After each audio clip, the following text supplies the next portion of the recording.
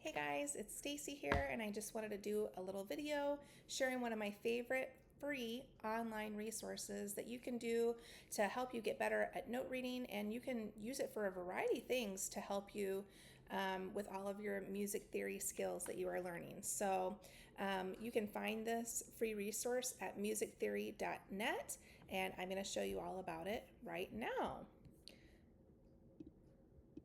So we're just going to type in musictheory.net, and this is what our home page looks like. They've got lessons on here. They've got exercises and tools. Looks like you can buy some products. A lot of cool little things. But when I use this in the band room, first off, I use the exercises, and you can come down here, and I use note identification. That's what we're going to talk about today. But here's some different ways that you can quiz yourself on how you can know key signatures and intervals, scales, chords. It's pretty cool. So look at this. Look at all the different, this is if you're learning piano, you can learn where these notes are at on the piano. If you're learning guitar, you can learn the fretboard. It's got some ear training exercises, and this are different things where you can do customized exercises for teachers. I'm gonna have to look into that because I've never done that before. So what I usually do for my beginning of the year and mid-year assessments for my beginning band students is I do the note identification tool. And you're going to come in here. What it's going to do is it's going to randomly generate notes. Now you can see here I've got helpers ticked. So when I have helpers ticked, it's going to show you what the notes are. So that's a great option if you're just practicing this at home. When I do the assessments, I leave those off. The first thing that you're going to want to do, and we're up here in the little toggle, the little settings toggle, you're going to customize it for your clef. So if you play baritone, trombone, or bass guitar, you're going to want to be looking in the bass clef.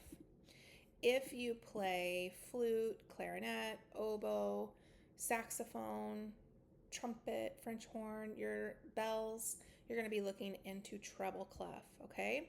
So if you're going to play piano, what might be cool if you're playing piano is to do grand staff. But right now we'll just look at treble clef. The next thing you're going to want to do is do the range. For my very beginning band students, we're just doing a range of the first 5 notes. As we go on throughout the years, the first couple of years that we're in band, we're doing a range of 8 notes.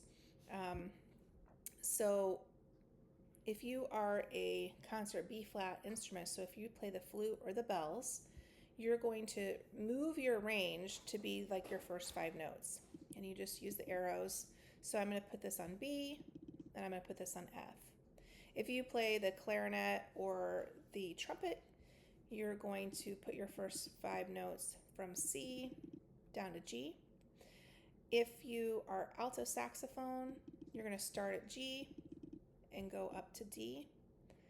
And then if you were a bass clef instrument, your range is going to be B to F. You can also pick, as you're doing this generator, as if you want to kind of break it down and only be working on memorizing line notes, and that's the note that a line goes through it. Or if you only want to be memorizing space notes, the ones where it's right in the middle of the space, you can break this down and just practice lines only, spaces only. And that just kind of helps you to break it down further in case you're looking to really memorize one of those anchor notes. Like if you can get one good anchor note in and know that every time, then that's going to help you to achieve success in learning your notes and reading them quicker. So yeah, you can put on these different filters. If you're looking to do accidentals, when I have my second year students, I test them on the first 8 notes and I add accidentals because by then they're starting to learn the chromatic scale. They're starting to learn what different accidentals are, and they should be able to tell me flat or sharp when they're seeing a note.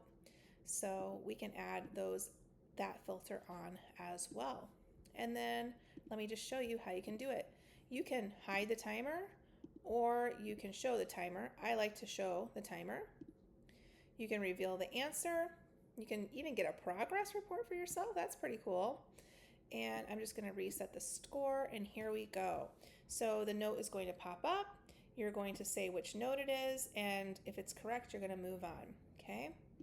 And you want to try, it is timing me up here. So that's really a nice thing, because when we are reading notes, we want to be able to read it as quickly as we can. And then what happens if you don't know what the note is? So you just keep going until it turns green, okay? Yeah, that's kind of it. That's how you do it. And you can just play this, and you can kind of challenge yourself to get up to 20 notes maybe, and do that every day, and it'll help you. And what I like about it is that it's random, and then if you make mistakes, you'll figure it out, and eventually you'll get on the right one. Now, something I kind of messed with here earlier was the next question filter.